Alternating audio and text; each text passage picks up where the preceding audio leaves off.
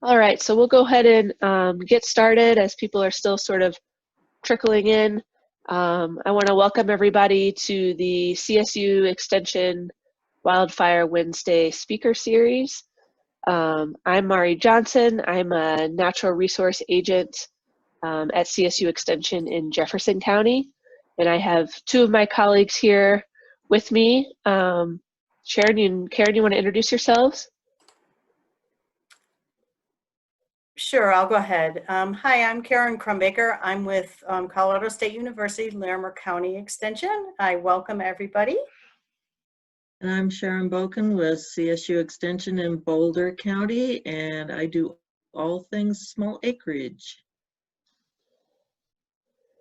So Sharon actually is presenting this evening, but Karen is helping me out, kind of running everything. So before I get into some logistics, I do actually want to thank everybody. I know many of you work for fire districts or are volunteers in your community or are trying to get your community members sort of engaged around this topic. And we have had over 700 people sign up for these webinars. So thank you for sharing. Thank you for spreading the word, all of those sorts of things. And we really hope that you will take our survey that we have at the end of the speaker series. It will help us kind of guide us as to what topics you want to see for the next time around. So I wanted to thank everyone for that. And then some logistics. So everyone is muted just to kind of keep everything quiet since we have over 100 people. If you do want to ask questions, just take your cursor down to the bottom of your screen and there's a chat icon and click that icon and then you can enter your question into the chat. Your question will come to me directly and then I will be asking the speakers those questions mainly at the end of their presentation, but if it is something pertinent to a certain slide, I will ask them during the presentation. So, and if for some reason your question doesn't get answered, feel free to email any one of us. Our emails are on that first slide, and we'd be happy to get an answer for you. I also want to mention that the presentation will be recorded, and both speakers have agreed to share their PowerPoints. So you can expect an email from me with that information. And I think that's it. And with that, I will send it over to Karen. Okay, great. Thanks, Mari. I'll go ahead and take this screen off, Sharon, if you want to go ahead and share your screen while I go ahead and introduce you. So it's my pleasure to introduce Sharon Bokan. Sharon, like she said, she's with Boulder County Extension, and Sharon has been, she's a program coordinator in the small acreage program in Boulder County. But Sharon's been passionate about wildfire preparedness, emergency preparedness for, at least 10 years. And we've worked together quite a bit over the years on this topic. So with that, Sharon, if you want to provide any additional information, I'm pleased to introduce Sharon Bokan. Thank you. Can you go ahead and exit out of your slideshow? It didn't quite clear it out. There we go. Okay, sorry about that. Not a problem. So like Karen said, she and I have been back and forth with emergency preparedness basically since we had the 4 Mile fire here in Boulder County, and then shortly after there was a fire in Larimer County. So both of us are very passionate about making sure people know how to be prepared, both not only for themselves, but also for their pets and livestock. I'll be doing the people side of it tonight, and then we are very honored to have Dr. Ragan Adams, who will be talking about the pets and livestock once I'm completed with my presentation. So, and the principles I'm going to talk about and what Ragan will talk about are not only applicable to wildfire, but to any other kind of disaster that we have in Colorado. So if you're prepared for a wildfire, you're going to be prepared for everything else that comes your way. So what is preparedness? According to the dictionary, it's a state of readiness or the quality or state of being prepared.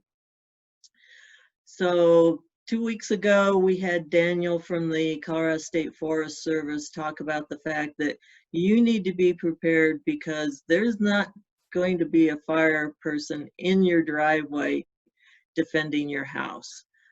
So you need to be as prepared as possible to make their jobs easier and to relieve a lot of stress on yourself. So the first thing I always want people to do is make sure you get set up for your emergency notification system, the reverse 911, Everbridge, whatever it is.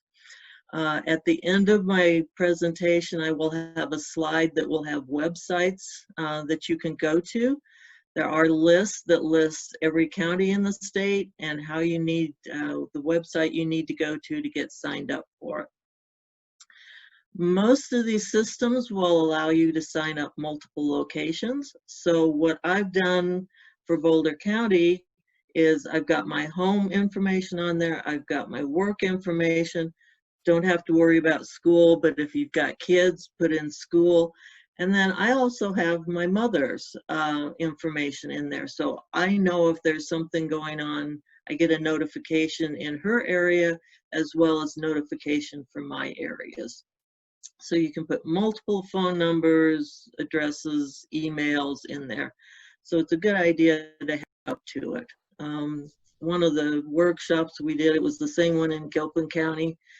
The emergency responder we had told a story, said, when you go home tonight, think about driving up your driveway backwards in a school bus on a moonless night. How comfortable would you be trying to get up your driveway in such a situation as that? And that's basically what they're going through.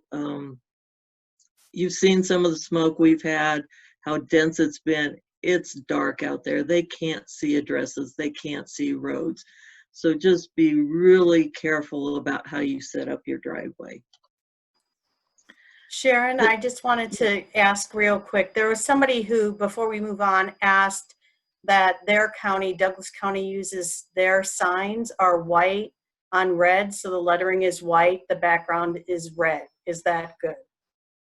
If that's what their county uses, then that's good. It's got to be white on some other color so that they can see those numbers. So this happens to be the driveway of the former extension director up in Gilpin County. So you want your driveway, you want gates, you want anything like that, any kind of opening on your property to be large enough that you can get a fire truck up it. These happen to be the numbers for Gilpin County.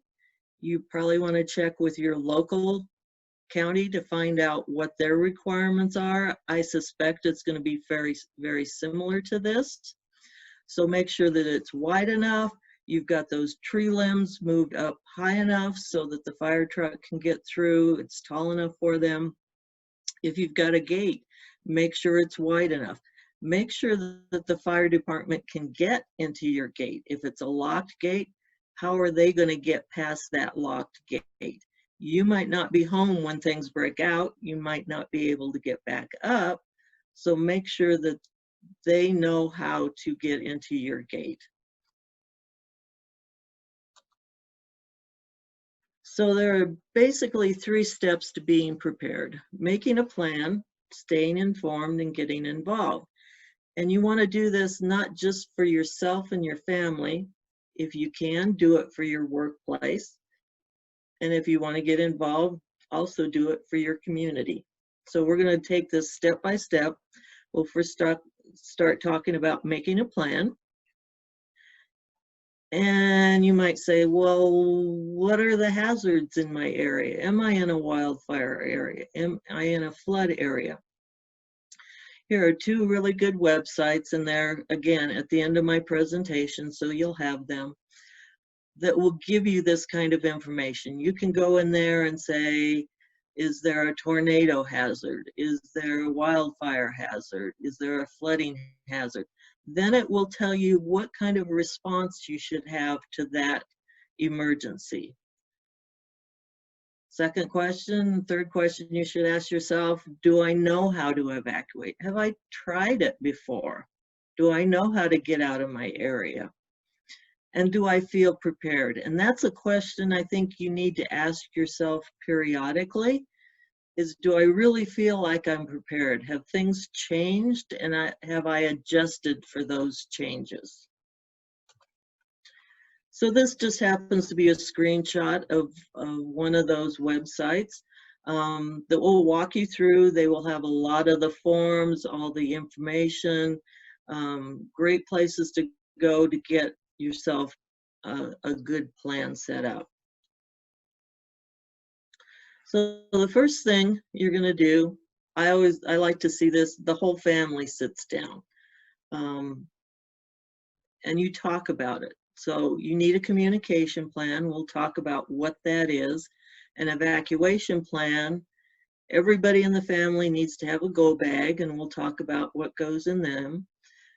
If you have family members with special needs, you may need to make some special arrangements for them or do some things differently to be able to handle them. Ragan's going to talk more about the pets and livestock. We're going to talk about documenting and documents, insurance. You've got your valuables and your heirlooms and the utilities. So your communication plan is basically, how are you going to get a hold of each other? Never assume that your cell phone is going to work everywhere, that you're not going to forget your charger, that the battery isn't going to go out at the worst possible time. Having this list in your purse or billfold or anything like that that you normally have with you is vital. So you're going to have phone numbers on there for work, for school, your mobile number. If you want to include email addresses and physical addresses, that's fine. Always have an out of an area or out of state contact. So that's someone that if you're, let's say your daughter is in college at CU and you live in Fort Collins, and one or the other of you cannot contact each other. Maybe grandma lives in Missouri, so both of you call grandma in Missouri and say, hey, I'm okay, I'm in the dorm, we're good. Then grandma knows that the student at CU is fine, should have said CSU, but anyway, and that you're fine in Fort Collins and everybody is feeling much better about it. Also include other numbers. You might want your doctors, you might want a pharmacy number on there. Any other kind of number that you think is important for you to know, have that written down on this communication plan. And then check out meeting places. A lot of people would say, okay, a fire, I come down, we have animals, so we're all going to meet at the Boulder County Fairgrounds. Well, that was great, except when we had the 2013 flood and nobody could really get to the fairgrounds because there are two creeks that run on either side of it.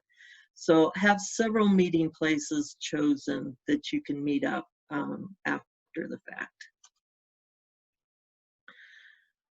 Then how are you going to evacuate? Always identify at least two routes. One of them may be blocked. That may be the direction the fire is coming from, or it's flooded, or whatever, there's an accident. Make sure you've got two ways that you can get out of your property. Identify family or friends. Do you have someone that, hey, they live down in Denver, we'll go stay with them, they're happy to shelter us, rather than us having to go to a community shelter. Never have your tank less than half full with gas. I think we all do it. We run it down, but it's always a good idea to have at least half a tank of gas. practice evacuating. Pick a date of the year and, okay, we're all going to evacuate and we're going to see if we can get there. And when you're doing this, when you have your communication plan, your grab list, assign duties to members of the family. So mom goes and collects the heirloom items. Dad makes sure the car is turned around and he starts grabbing the go bags and throw them in. And always have a backup for that person, because that person may not be there at the time the emergency happens. But if everybody's got an assigned duty, you're going to be able to accomplish your task a lot better, and everybody's going to stay calmer. When you're evacuating, make sure you follow the evacuation routes.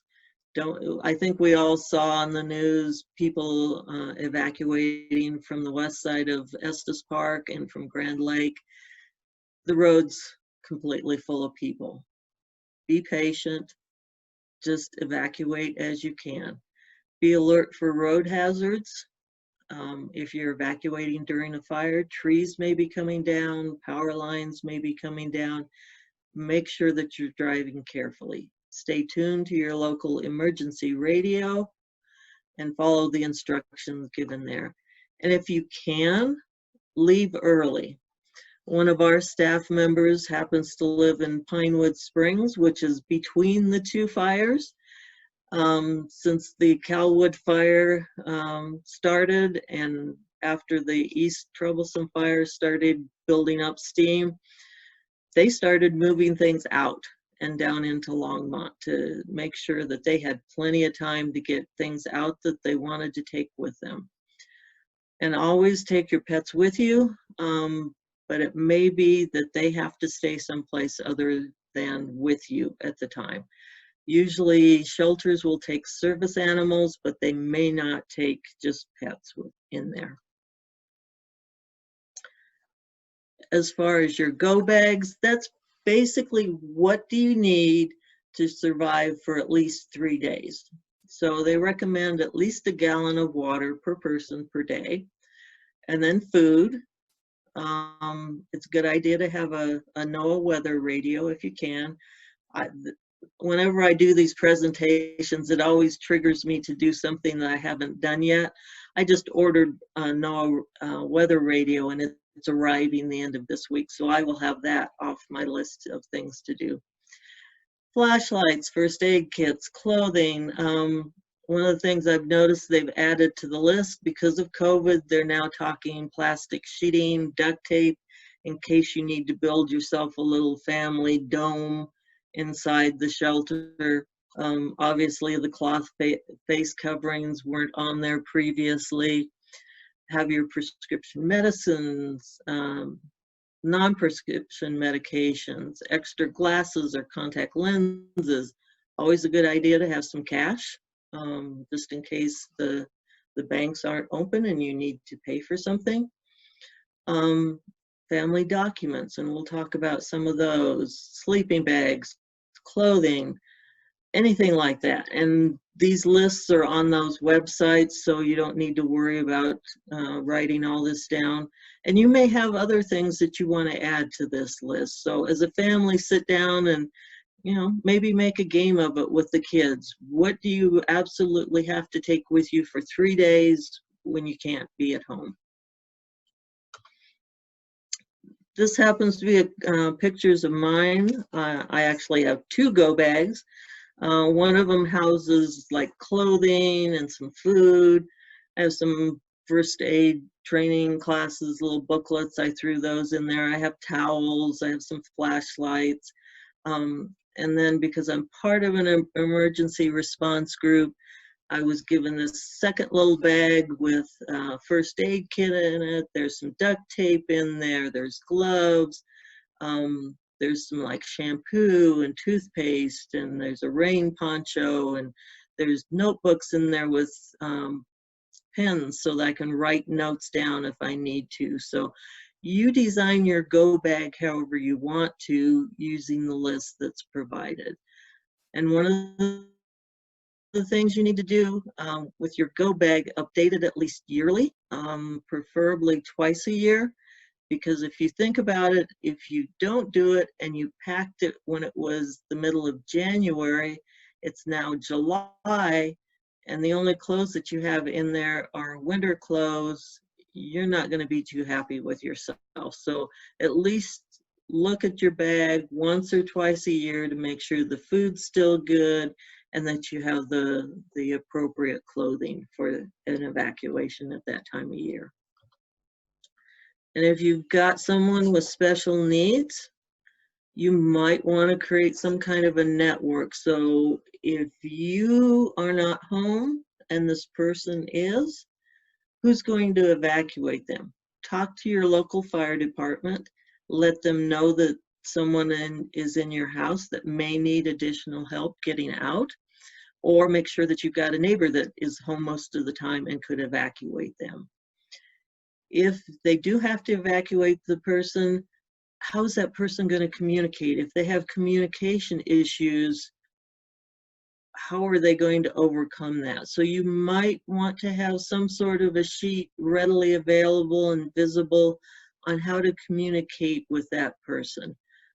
If you can have a transportation plan set up, I can tell you getting someone that's in a wheelchair in a normal chair and normal car is not always easy.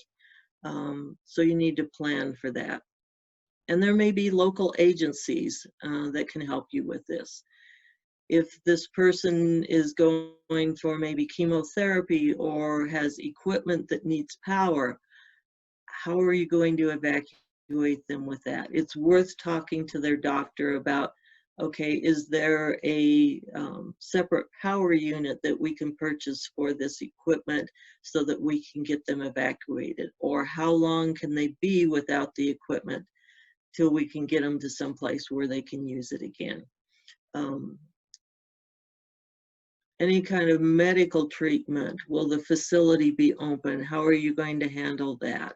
Again, make sure the service animals go with them. So any kind of communication you can do ahead of time with local agencies, neighbors, volunteer fire department is going to make this a lot less stressful for both you and for your person with special needs. Now we're going to talk about documenting. These are not documents, this is documenting. So what is it that you've got in your house? Everybody's got cell phones these days. We've got the digital cameras. Go around your house, and if you don't do anything else, take photographs of everything, each wall in your house. Open drawers, take photographs of what's in there. Document it. Kind of on the lower right, you can see this is my handwritten list that I started years ago, and I've continually updated it. I tend to be a little bit more manual, but I also have photographs of that I've got stored elsewhere, so that if I do have to recreate what was in my house, I know what was in there to begin with. And you may need this information later on. And I would include doing your landscaping and on any kind of outbuildings too. It's always good to document as much as you can about the current condition of your property. Now we're going to talk about your documents. So any kind of documents that you got are critical to have a second copy of. So either the same phone, upload it to the cloud, or you can get password protected jump drives now. Do that. I've got all of my computer files, and I've got photographs of all my important documents have all been put onto an external hard drive that is stored at my mom's house. We live in 2 different towns, so that I know the likelihood of both of us being affected is slim to none. And I periodically bring it back and I update everything, but take photographs of all of this stuff. Make it much easier for you when you have to go back and get them replaced. You can show people, yes, this is me, this is what my driver's license used to look like, or my social security card used to look like. Will make it much easier for you to be able to replace them. So again, just more documents that you might want to have copies of.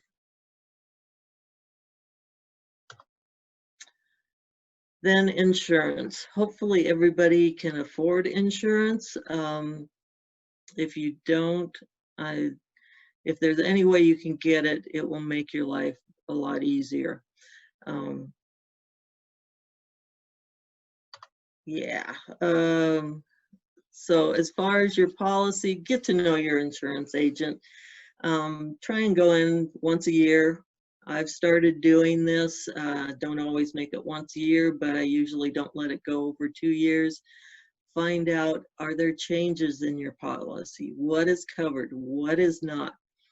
One of the things that happened post 4 Mile fire is the fact that the county had changed their building code requiring more green building. So the costs went up tremendously when people were rebuilding. Some of these buildings were just old miners' shacks originally, and now they were having to rebuild with the current codes. Find out if your insurance policy is going to cover that upgrade. They also found out some of their policies did not cover the debris removal. So as they were pulling out foundations and all the metal that had been damaged, the person had to pay for that themselves. Most insurance companies don't give you much of a landscaping allowance, so they're not going to replace the trees on your property. They might, depending on what the policy is, cover one specimen tree, but that's about it. They're more likely to cover statues or lawn furniture or anything like that that you've got. And then if you have been involved in a fire, look into the National Flood Insurance Program. That will help you if there does happen to be some events post-fire. It can help you with insurance and protecting your property post-fire. So one of the things when we were talking about documenting that I heard post one of the fires is, I don't remember what was on that wall in my dining room. So if you can document all of this stuff, it will make it much easier when you talk to your insurance company about replacing things. You can say, here are photographs of what it looked like prior to. This is my list of contents that I had. That will help them be able to reimburse you for everything. Let's say you're now working more at home, so you've upgraded your computer system, so it's bigger, more impressive. You might want to have a special writer on your policy for that, so talk to your insurance agent about that if you've got those items. Or maybe you have a very expensive painting or sculpture or something like that. Find out if you need additional coverage for them. And please don't forget the outbuildings. Go out into if you have animals, let's say horses, go out in the stable, get photographs of any of the saddles, the bridles, any of that you've got. And make sure store it off-site. Don't store it on-site. I have heard stories of people who put it in a safe in their house and they thought the safe was fire resistant, and the fire was so intense that it actually melted the safe, so they lost everything that they had kept in their safe. And then your valuables, your heirlooms, they're definitely on your grab list. So your grab list is everything besides your go bag that you want to grab when you leave. So that would be heirlooms, it would be old photographs, maybe there's a piece of furniture that you don't want to lose. Make sure that all of those are on your grab list, so that when it's time, you go and grab that stuff, load it in the car, and you leave. And make sure everybody knows how to turn off the utilities. More than likely, your electricity is going to get shut off very early during a fire, but your water will still be on.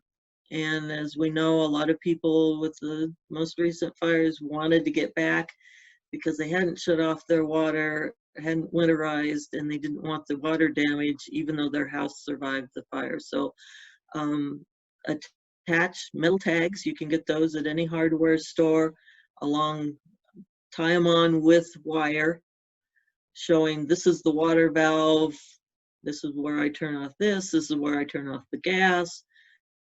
Make sure everybody knows how to do that. And consider having a generator. If you've got a well, the fire department may be able to use a generator on your well to be able to help fight the fire around your house. So you might want to consider purchasing a generator for your own use and to have available if needed during a disaster. And know where your evacuation locations are. They're not going to be the same for every single event that happens, but kind of check out what's in your area. Where's a local school or a house of worship or the fairgrounds? Animals more than likely are going to end up at a fairgrounds. You may end up at a local church, you may end up at a local school, you may end up on the fairgrounds. It depends on what's available. So just kind of check it out and know where they are. So when you're evacuating, you're not trying to remember, where was that school? Oh, I don't remember. Check it out ahead of time. And again, I've said this multiple times, do an annual review. Have you adopted a child? Have you adopted a pet? Has your insurance policy changed? Maybe the communication plan, maybe grandma no longer lives in Missouri, she now lives someplace else. All of this stuff, pick a date, your birthday, January 1st, whatever date you want, and update everything. And then again, practice. Practice, practice makes perfect.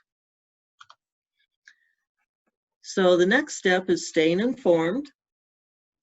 So you've signed up for your reverse 911 or your emergency notification system. Like I just did, I purchased a NOAA weather radio so I can keep track of what's going on there. It used to be, and I was not able to find it to confirm this, but at least as far as the Front Range area, the KOA, which is 850 on the AM dial, was like the local radio station to tune into. You might check in your area and see who it is. But one of the things I found, our Office of Emergency Management, a lot of the information I got about our two fires was through their Twitter and through their Facebook pages. So with all the social media, that's a great place for you to be able to find out information. And then if you choose to, get involved. Your community may have a wildfire protection plan. It may not have. If it does have one, does it need to be updated? You might want to get involved in that process. You may want to become a volunteer. So I would suggest that you get some training. First aid, CPR, that's a good idea no matter whether it's emergency or not an emergency. And you might be interested in the ICS 100 and 700 classes. That's Incident Command System. And that gives you the structure of how things operate during emergencies. So you'll know what's the job of the incident commander, what's the job of the logistics person. So they're both online classes that you can get through FEMA. I've included the website down at the bottom. They'll take you an hour or two to go through them, but they're kind of nice to be able to know the language that's going to be going on during these incidences. So it's a great start for you. And then if you choose to join a group, you might want to be part of a community emergency response team, a community or county animal response team, so a CERT or a CART, Medical Reserve Corps, Red Cross, local fire department, search and rescue group. And don't feel like because you don't have medical training or because you're not a firefighter that they can't use you. Go talk to them. A lot of times they need volunteers who don't have that training. I'm part of a medical reserve corps. I don't have medical training, but I can be there filling out paperwork, or I can be directing people or grabbing coffee for people. I can be doing some of those things that will let the people that have the training be able to do their job and get more people through the process at once. So if you choose to get involved in a group, when you evacuate, stay calm. Nothing is worth your life. Your house is not worth your life, so stay calm. Get everything packed up, get your grab list in there, get your go bags, make sure your car is facing out of your garage so that you can make a quick escape. And if it is in the garage, make sure you disconnect the electric garage door opener. Pretty easy for most of them. You just pull a little lever down and that makes it so that you can open the garage door up without electricity. So there is hope at the end of the tunnel. I wanted to include something bright and cheerful at the end of my presentation. So the photograph on your left happens to be post 4 Mile fire. And that was maybe a couple months after it. We've got a couple of native plants coming back. And the one on your right is, I think, 2 years after the High Park fire. So things do get better.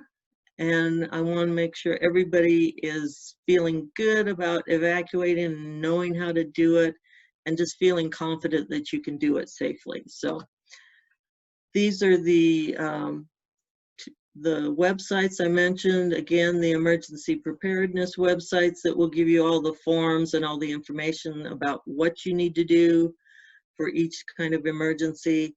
And then the second are the 2 websites that I found that list by county all of the Colorado emergency notification systems. So with that, I'll be more than happy to take any questions.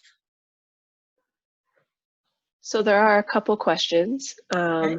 and I do want to reiterate that Sharon's presentation is being recorded and she has agreed to share her slides, so those resources that she included will be available to you after this presentation, in case you didn't catch them.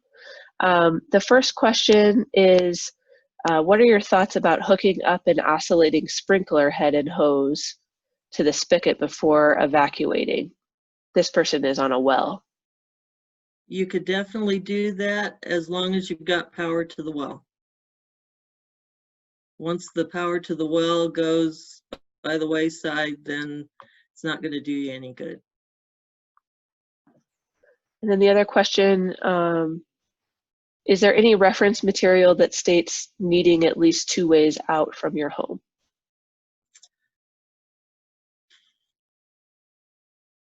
I think that's just common logical sense to be able to get out. I'm trying to remember if I've actually read it in a, I think I have read it in some of the emergency preparedness documents that you should plan on 2 exits. Okay, those are the only 2 questions. If anybody has any additional questions, feel free to put those in the chat. Will Watts recommended looking at American Red Cross and NFPA. Maybe those have that reference, Sharon. Yep. And why disable the garage door opener? Because if you don't have power, you're not going to get your garage door up. So there's usually, and it's normally, I think the ones I've got, it's red, and all it does is it disconnects it so that you can manually lift the garage door up. If you don't do that, then you're not getting the car out of the garage.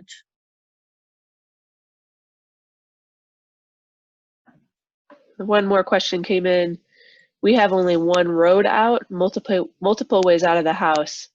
What can we do about only having 1 road out? then you're going to have to go down that one road. But if at any point there's alternate ways to get out, yeah, you're kind of stuck with only having one road. But if you get to a point where there are 2 or more ways that you can leave from there, then make sure you explore both of them. I know a lot of people, when you get in the mountains, there's only one road down, and that may be the only way you do it. But if you can, plan 2 routes.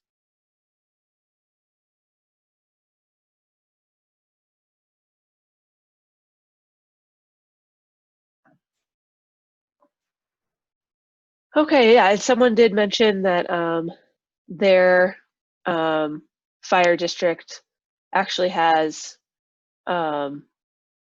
actually recommended if they stay at home, that might be the best option if mitigation is done.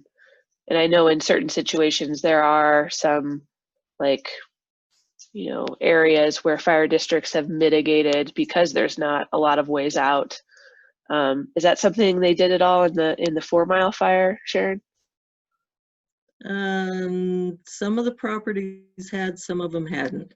And I will tell you, I did stay away from the shelter at home because that can be really controversial on how to do it. And yes, talking to your local fire department, they're going to be your best source for whether they think you've mitigated properly or not. But as we all know, mitigation is not necessarily 100% sure. All right, looks like that is all the questions. Sharon, you want to go ahead and introduce Ragan? Yes.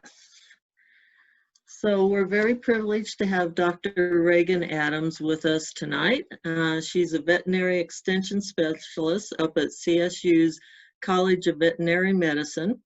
She is also one of our delegates to the nationwide EDEN system, which is the Extension Disaster Education Network. Ragan's our go-to person for any livestock questions we've had. She has picked up on the pets and livestock emergency preparedness issue, and it's just our go-to person for anything like that. So we would basically be lost without having her at CSU. So we're glad to have Ragan with us tonight, and I will let her share her screen and let her get started with her talk. Super. While we're doing that, Sharon, we're supposed to be done at 7, correct? 7:30. Oh, we go to 7:30. Oh, You got plenty of time. No. Okay. Oh, you guys might have to hear some stories then. Sorry about that. How fun. Okie dokes, everybody. Well, hi, everybody. Can you see my screen? Are we all set up? Oh, I'm dark though, aren't I? Let me turn on the light in the, there you go. And just go ahead and go into presentation mode, Ragan, how you would normally present. Come on, let's go. There you go. You're good. There we go. Okie dokes. I'll get rid of that. Super. So anyhow, you guys, first of all, I just wanted to tell you how, send my condolences, because I'm sure that many of you on this webinar have had some sort of disruption in the last few months. I don't think anybody in our state or our nation hasn't. And I just wanted to thank you for tuning in. I think one of the best things to mention about your mental health is if you've signed up to listen to something about preparedness, it means that your resilience, you're still resilient and you're still in the game. But I just know so many people have suffered so much. I wanted to send my condolences. The purpose of this presentation is to talk about the animal part. I emphasize in my title there, domestic animals, because remember, wildlife is part of something that Colorado, in our state, Colorado Public Health and the Environment, Colorado Parks and the Parks, Wildlife and the Environment take care of, and we don't try to save wildlife during fires or natural disasters. They are free to move where they do, but that's really not something that firefighters do or any other rescue groups or individuals should do, because stressed wildlife do not need people trying to handle them. So we're going to talk about domestic animals, those we love dearly and have and live in association with us. Why are we not going forward? Excuse me. Oh, there we go. So if, because it is about 6:45, anybody needs their dinner or needs to do something else, I have to tell you that the most important details that I have for this presentation are in this booklet that are photographed here. It's by the American Veterinary Medical Association, and the title Saving the Whole Family means that it talks about all the animals, from livestock, small animal pets, to horses, about all the things that Sharon just talked about are covered in this 15-page booklet that you can get free online. All you have to do is Google Saving the Whole Family, American Veterinary Medical Association, and it'll come up. Sharon did such a wonderful job of covering those basics. I just wanted you to know that I'm not offended, and you'll get the most information from this booklet. What I'm going to spend my time talking about is some of the more nuances that you will be confused with when you're evacuating, that you might need a bigger perspective on. And I think that and a lot of those things aren't covered in books, and it's important for you to hear about them and then be able to ask questions. So as Marie said in the beginning, if you have questions about a particular slide, pop it in the chat and she'll interrupt me. But if you have questions at the end, we can cover that, because it seems like we have, plenty of time. Okie dokie. Things about animals and disasters changed completely during and after Katrina in 2005. And this is really important to understand, because prior to Katrina, emergency managers, FEMA, even local people just didn't realize how important it was to prepare for animals and the impact it had on people about not evacuating if they didn't think their animals could come, and also the importance of animals in their life after a disaster. So the story of Katrina, just for those of you who might not remember, it was a Category 5 hurricane barreling down in 127-mile-per-hour winds that set, right the middle of New Orleans, which at the time had a population of about 500,000. 1,800 people died. But the thing that is so striking for us that are animal people is that over 6,000 people, I think the thing says, did not, oh, sorry, that went backwards, did not evacuate because they were afraid that their animals, the responders wouldn't take their animals and there would be nowhere for the animals. With all those people not evacuating, they caused, there was more death and more concerns. So they realized that unless people were sure that their animals were going to be saved, they weren't going to evacuate. This is how bad Katrina was in New Orleans. As you can see, extensive flooding. And actually, as we speak right now, there's a Category 2 hurricane barreling down onto New Orleans. These kind of pictures came out of Katrina left and right, where people were so trapped in their houses that they would write help signs on the roof and include that it was important to them that the people were evacuated as well as their animals.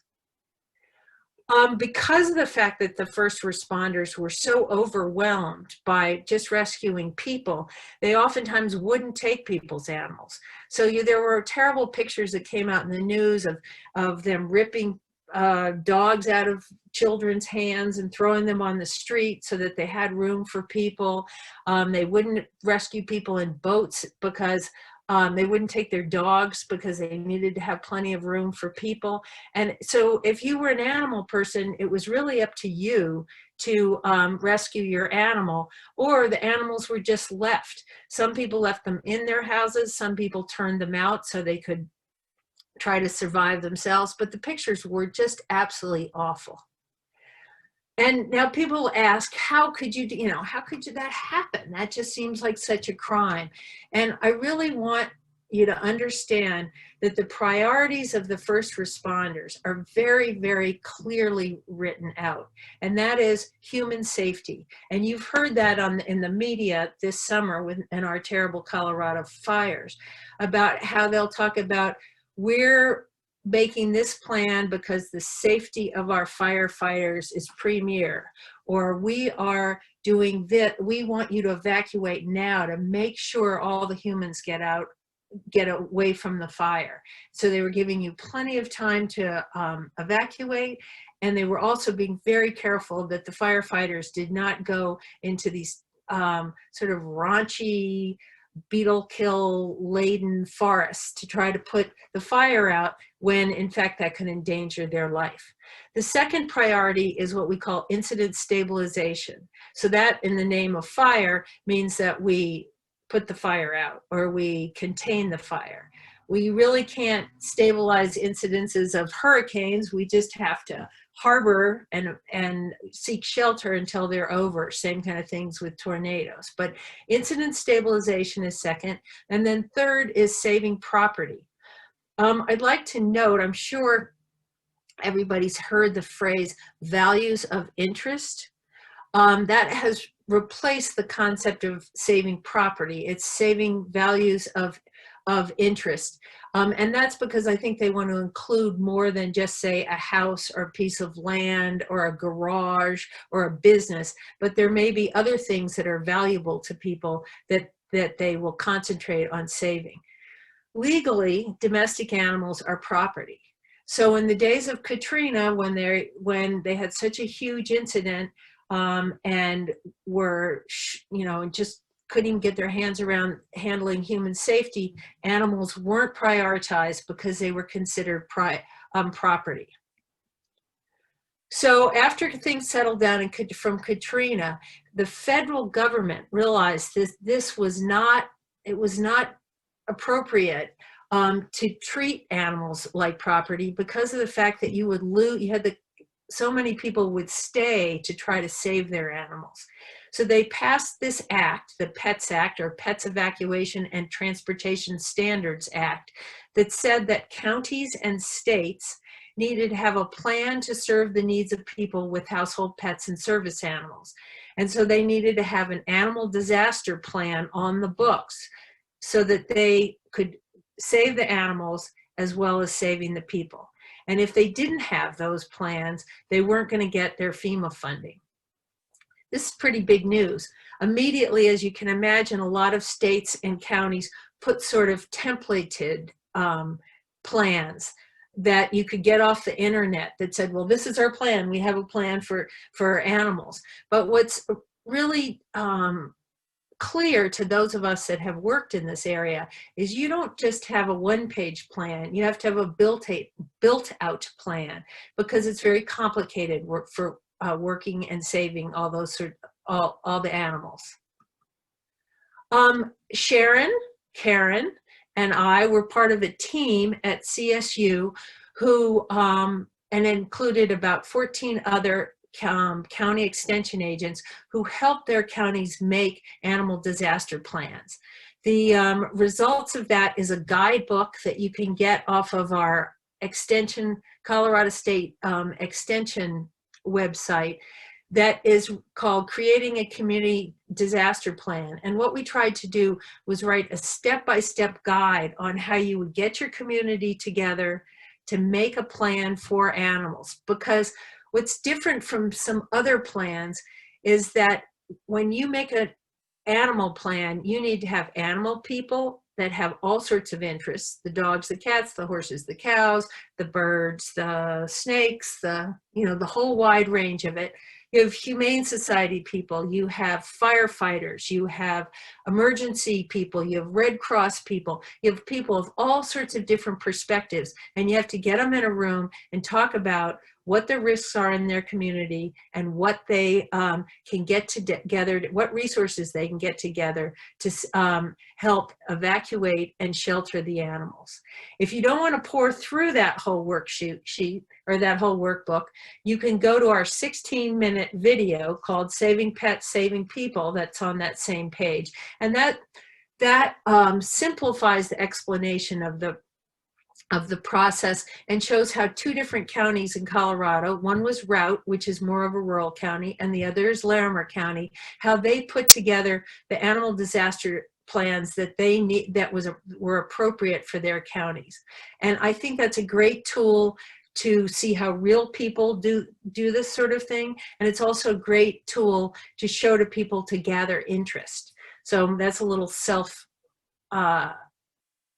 congratulations or something. But between the AVMA book and those 2 things, you would cover the immediate needs that you would have to gather up, and also the how you would do a community plan.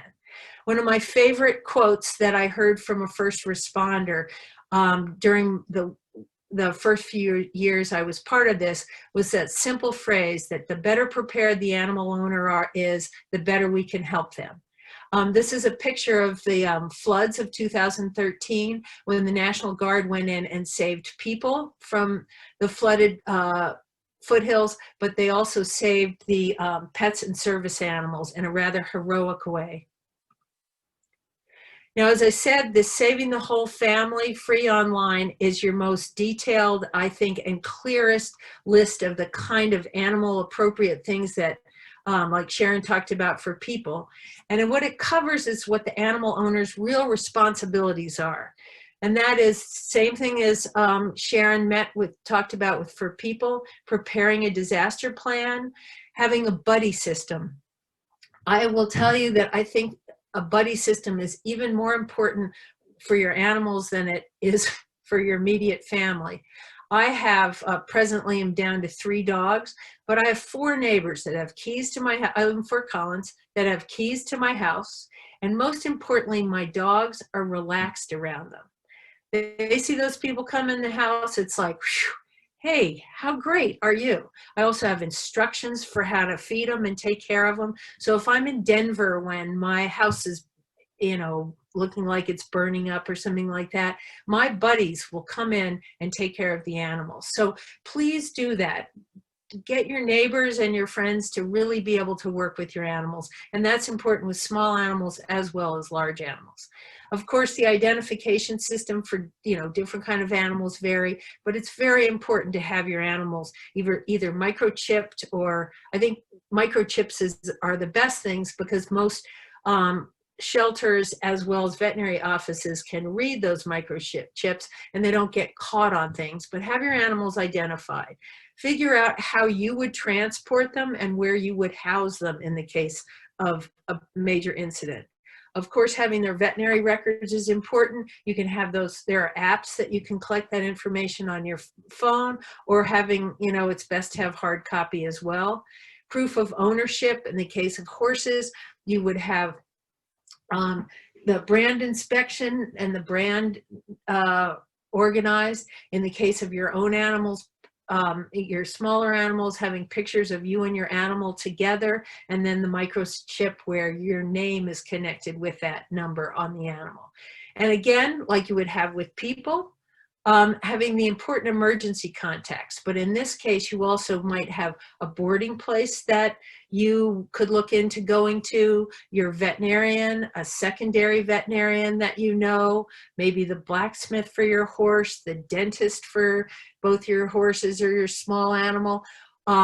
It's always important, if you have a larger livestock area, to have your cattle association contacts, your maybe the Colorado Veterinary Medical Association. So anything you could think of that you might need when things aren't going well. You also would need to have your evacuation kit, your sort of ready-go bag for your animal, as well as your first aid kit.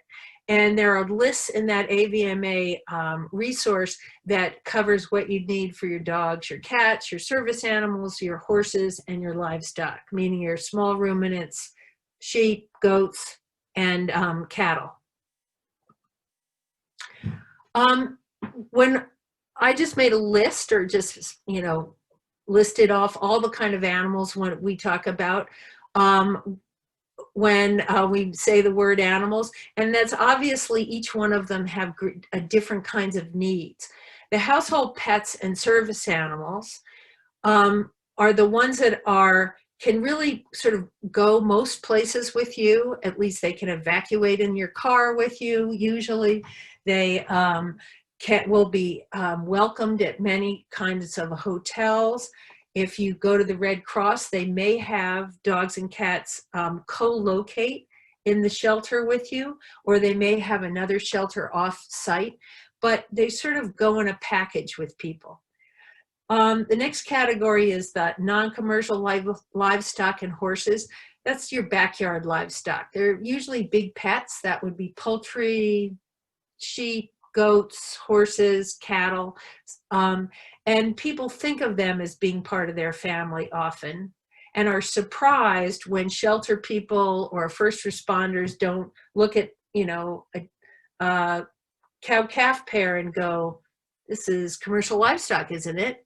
But you know, one's named Daisy and the other's is named Tulip, and you think of them as part of your family. So you have to realize with the non-commercial livestock, you can run into some problems with people you might be working with that don't realize how important these animals are. And you can simply state it to them, don't hold it against them, and show how well prepared you are for them, and they'll begin to understand. And then the third category is production livestock.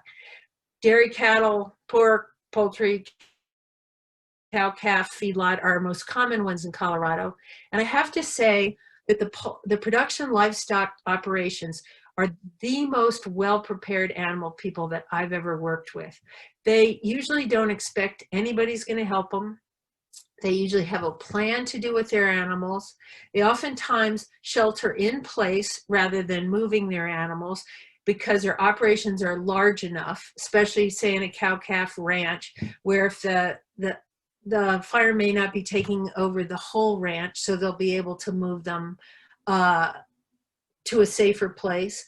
Feedlots are so intensive with the numbers of animals, they also would prefer to try to protect their spot as opposed to move all the animals on the spot. Dairy cows, of course, you have to milk twice a day. So those, the dairies have spend huge amounts of money on generators for both the milk and for the milking machines. And they, as I say, the production livestock operations, they seem to know things are coming days and days before other kind of animal owners do. And I have all the respect in the world for them about how self-sufficient they are. The strategies for what you do in animals, there's probably three basic ones I want to talk to you about, because everybody says evacuate, but sometimes that doesn't work out that well with animals. So I want to go over them. They are, of course, evacuating. There is this concept of shelter in place that understandably Sharon didn't want to talk about with humans, but we need to talk about with animals. And then this age-old sort of cut the fences, open the gates, and the animals will take care of themselves. And we're going to take a few minutes to talk about that as well. With the evacuation, it's very similar to yourself. Go early. When you know something is happening in your area, it's important to have your awareness that it could be getting closer to you or threaten you at any time. Go early if you have animals during pre-evacuation. Expect to stay away a long time, and act calmly. I think that one of the things people forget about is the need to have paper maps and routes. Your cell phone could go out, you could lose your battery, anything could, a cell tower could burn up. So don't forget that to keep paper maps and potential routes.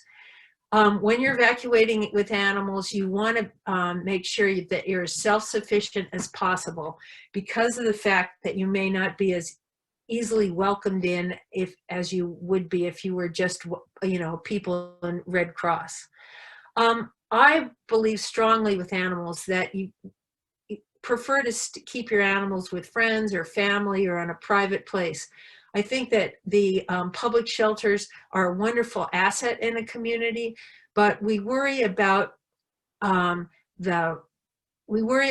they set up, and I'm going to show you some pictures of that later. But when we can go to sort of friends, family, private farm, we can make sure that our animals stay together. We can make sure that they don't get as stressed. We can make sure that people are taking care of them, or that we can stay with them.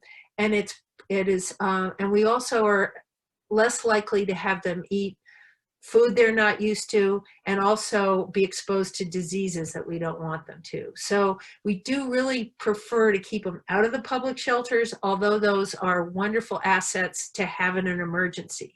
Do remember that in the public shelters, you really don't want to hunker down in a public shelter.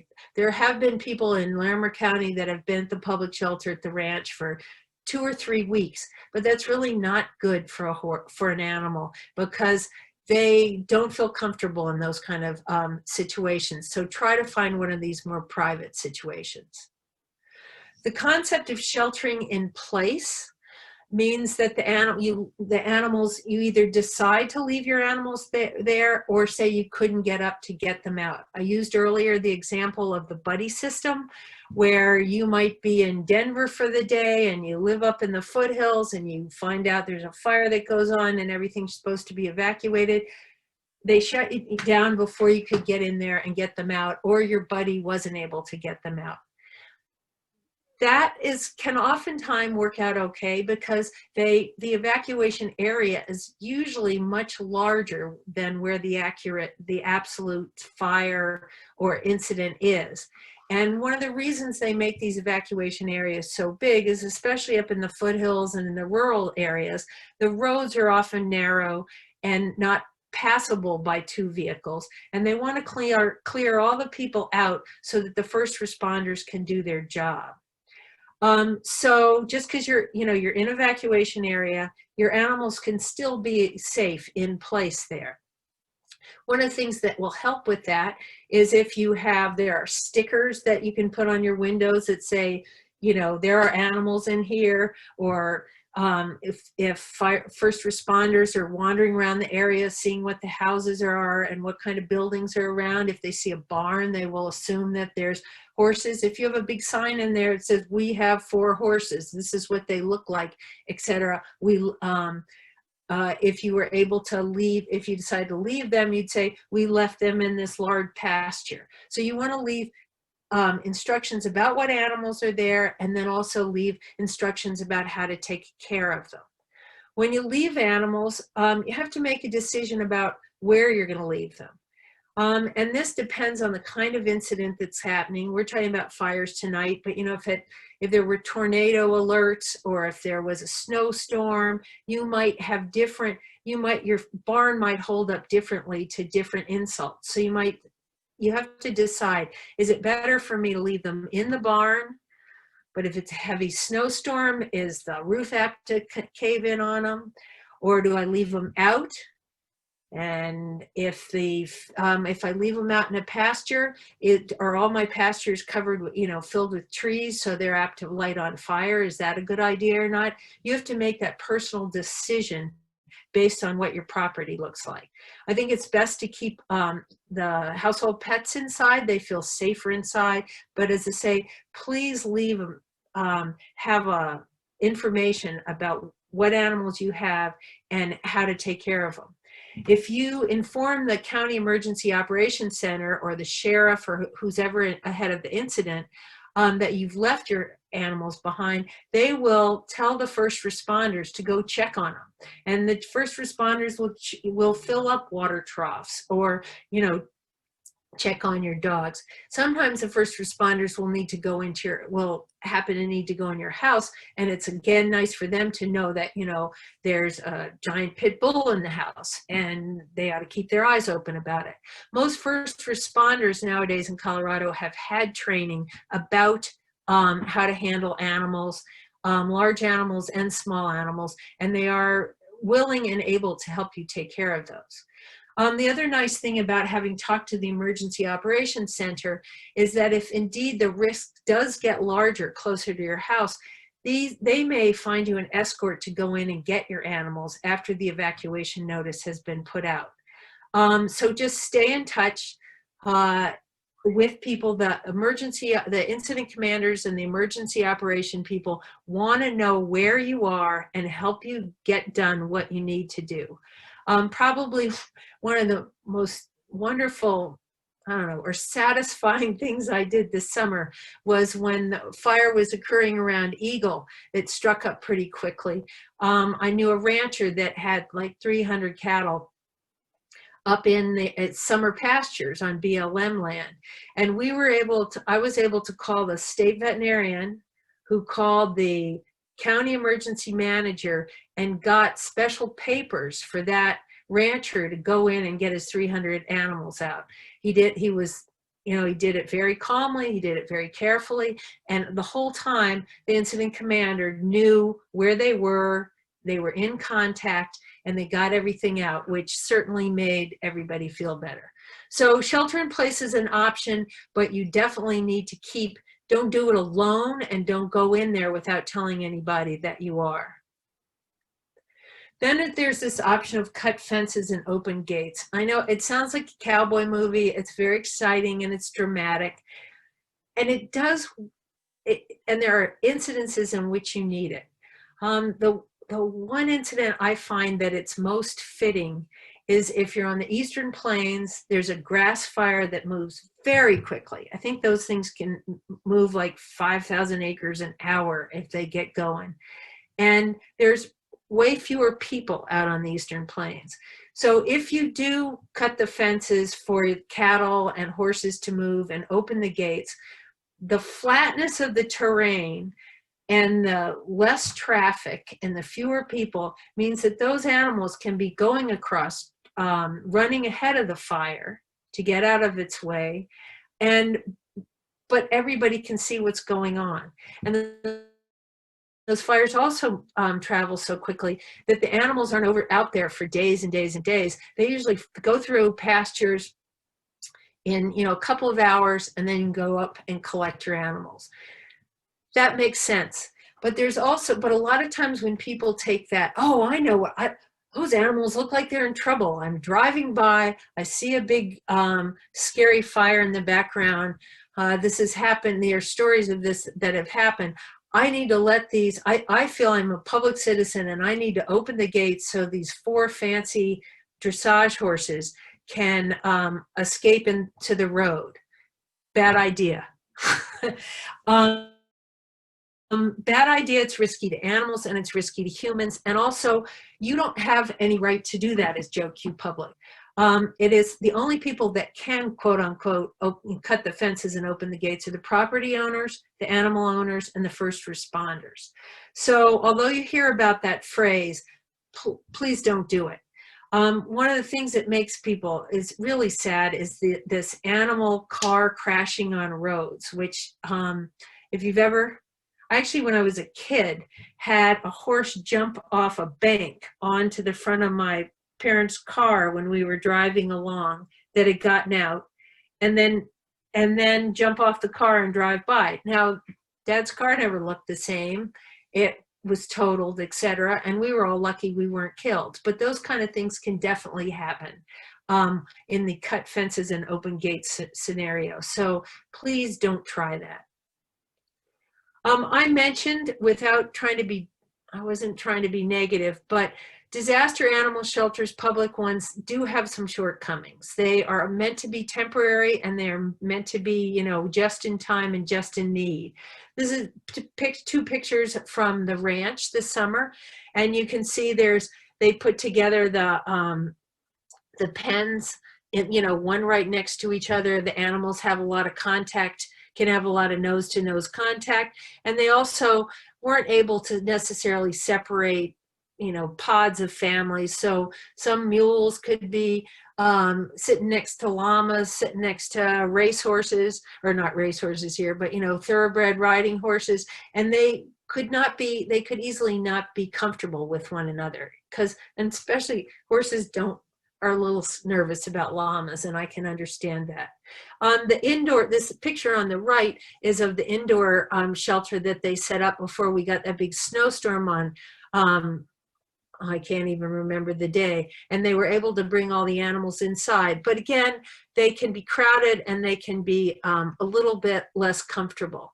You get this kind of mesh of animals can make some animals very nervous, and we don't, you know, it's just not good for them to stand around like that. Because as Sharon said so often in her talk, stay calm. And you know, when you're working with animals, the slower you go, the faster you get it done. It's an age-old statement, and it's always is true. Finally, I want to talk about when you return home and what to consider for your animals. Smoke affects animals just like it affects people. And certainly this summer in the Front Range in Colorado, and when Pine Gulch was going on the western slope, we were very, very well aware of the bad smoke conditions. That's affecting your animals. You should keep close eye, make sure they get plenty of clean water. Bring the household pets in if you can. For the livestock animals, they're sort of out in it, but watch them carefully for corneal damage to their eye, to running eyes, to increased respiratory rates, take their temperature. It can take them 4 to 5 weeks to recuperate, or at least be back to normal enough for you to say ride them hard or work them hard. If you see them have any signs of disease, please contact your veterinarian to look at them, and you and your veterinarian can decide what the best kind of treatment there is. The ash everywhere is not good for certainly grazing horses. You don't want to put in a pasture that's got nothing but ash on the ground. You don't want them eating that. I mean, it's not that it's poisonous, but you know, too much of an odd thing is not good. So you'd like to have some rain occur, something like that, to wash off your property before you take your animals back. And when it comes to pastures, be very careful about walking your pastures to make sure there's no unintended hazards in there. The kinds of things you should look for is walk your fence line, make sure it's intact, and also make sure that your fence uprights have not burned. If you use wooden uprights, a lot of times the fire can pass through there and burn the bottom of it, so that all an animal has to do is kind of press against the fence and it'll come down. So you want to be very careful to make sure that your fence line's intact and the uprights are still solid. You want to look at the condition of your pasture. It might be that it's moonscape, and you certainly don't want to return any animals to that, and you might need to board them someplace else for a while. Always, you know, additional feed or forage is good, but you may not even want them on that pasture. And also you want to evaluate the water quality. You may have a natural stream that they drink from. Your well might have gone on or off. And these are all things you have to consider before you bring your animals home.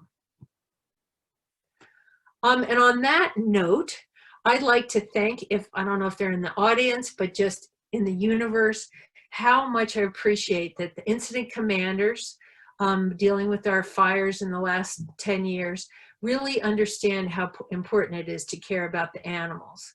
And this shot is from the ranch. This group up on the left-hand side is a bunch of firefighters that came all the way from, they had been in Oregon, they're located in Oregon, they'd been in Oregon, then they'd gone to the Wyoming fire, the Mullen fire, and then they came down to help us with the Cameron Peak fire. How much we appreciate what they do. And then I think it's interesting if you look at the lower right-hand picture to see this group of firefighters and all the different places they've come around from Colorado to help us all and to help the animals.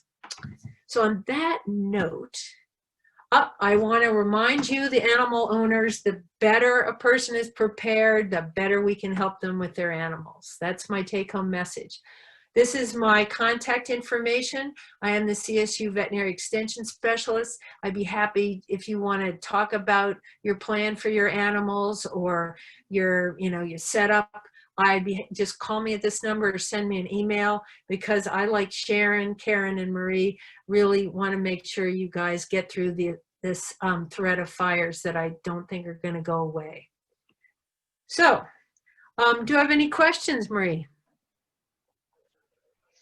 Thank you, Ragan. That was great. Really appreciate the presentation. I have some work to do, I think, in preparing my dogs for any sort of emergency. When I listened to Karen's presentation, I think I have a lot to do. My animals are okay. Not myself. I'm not as good as I should be. Well, your presentation was great. I really appreciate it. There aren't any questions at the time, but if anyone does have questions, feel free to put them in the chat. Okay, we do have one question here. If wildfire is nearby and horses are terrified, do you cover their eyes when loading them up? I'm a believer of covering the eyes. I'm a believer of covering the eyes. I think it does help them. But certain animals, basically head shy animal that is more stressed by you trying to do that, it's not going to work so well. Horse, since if I have a little bit of time, I could go into any of those details, any of those slides I gave you and talk for hours, as Sharon and Karen know. But horses are really tough in any kind of disaster incident because they do get so nervous. And one of the things you have to remember about horses, especially if you're going to shelter them in place and you may decide, oh, I think they're better out in the pasture, is if you have a barn, horses like to go into the barn.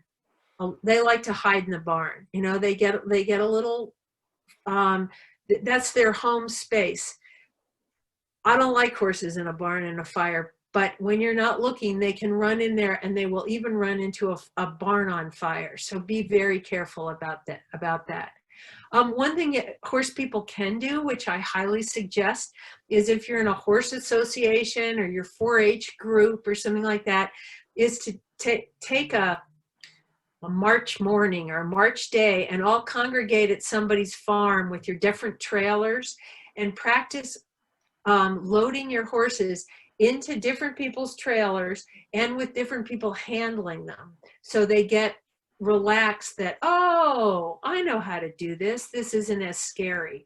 And they'll probably do all right on a, March morning when friends are all doing it together. It'll be worse in the middle of a evacuation. But it's nice that, like your small animals, that your animals get used to other people handling them. I was in practice for about 10 years, and I can't tell you how much I appreciated an animal that was okay with a stranger handling them, as opposed to it always had to be their best friend. Because as the veterinarian, I was then immediately an enemy. And that's no fun. So yeah, a lot of it in general, yes, cover their eyes, but that's another thing you can practice right now. How do they, don't do it the first time they're in a fire that you're trying to evacuate them. Another question, Ragan, is any advice for fish tanks? Be prepared and have a portable. I think is I think that's a really good idea. I mean, it's a really good point. If that's your thing, I would have multiple small tanks that you could temporarily move the animals to, and have a friend that will help you set up your fish tank. Because, the other thing is you can leave it in your house, but if you lose the electricity, etc., and you're gone for 4 or 5 days, that may not be good either. So no magic answer there, but your buddy system is helpful, and having some kind of alternative than just standing in front of a 100-gallon, fish tank and wondering, what am I going to do now? The next question is thoughts on putting collars on goats. I'm personally not a big fan of collars because especially, well, here's a question. Is that just in general, or is that in a disaster situation, maybe if you're going to leave them there? Could I get more information before I? Yeah, Michelle, could you add a little bit more information about your question about goats in the chat? To help in case of getting them out. Yeah, again, I am not that big on collars because of the fact that if they say are running through a forest or something, they can get things stuck into the collars. Maybe if you had a collar that was a breakaway or so, I'm not all that keen on it. But you also know your goat. You know your goat. So if you've gotten your goat used to it, maybe it's the best way to handle it.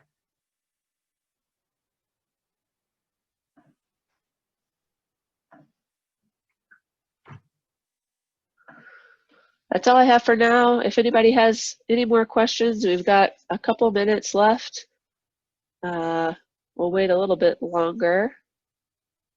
You know, one thing I didn't emphasize that AVMA book emphasizes, when you are getting your ready-go bag or for your animals, be sure to take at least 3 to 5 days of their own feed. With your livestock, bring your own hay if you can. And with a lot of animals, livestock probably more than household pets, some animals can be really tricky about water.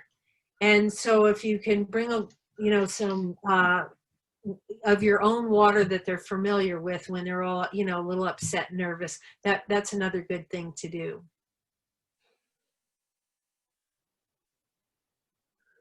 Okay, any advice on barn cats, working cats during evacuation?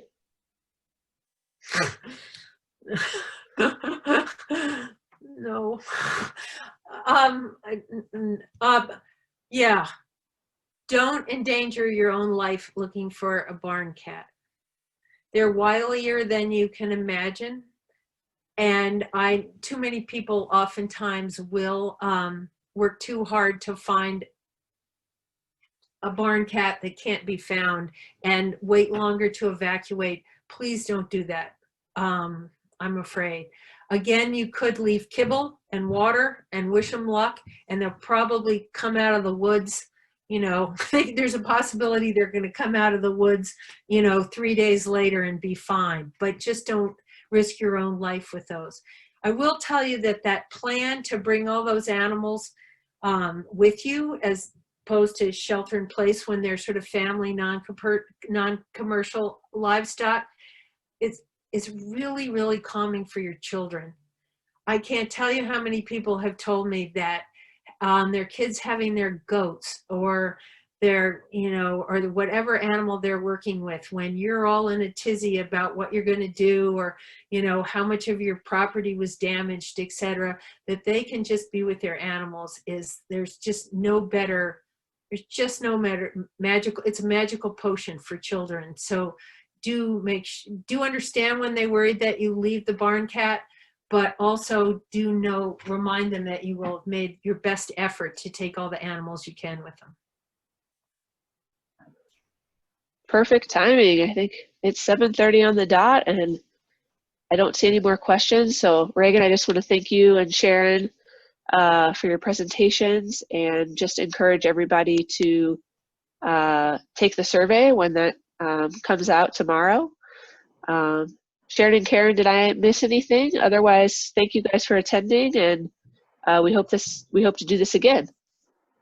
Thank you, No, guys. thanks everybody. Thanks Ragan and Sharon, you did a wonderful job. Thanks so much.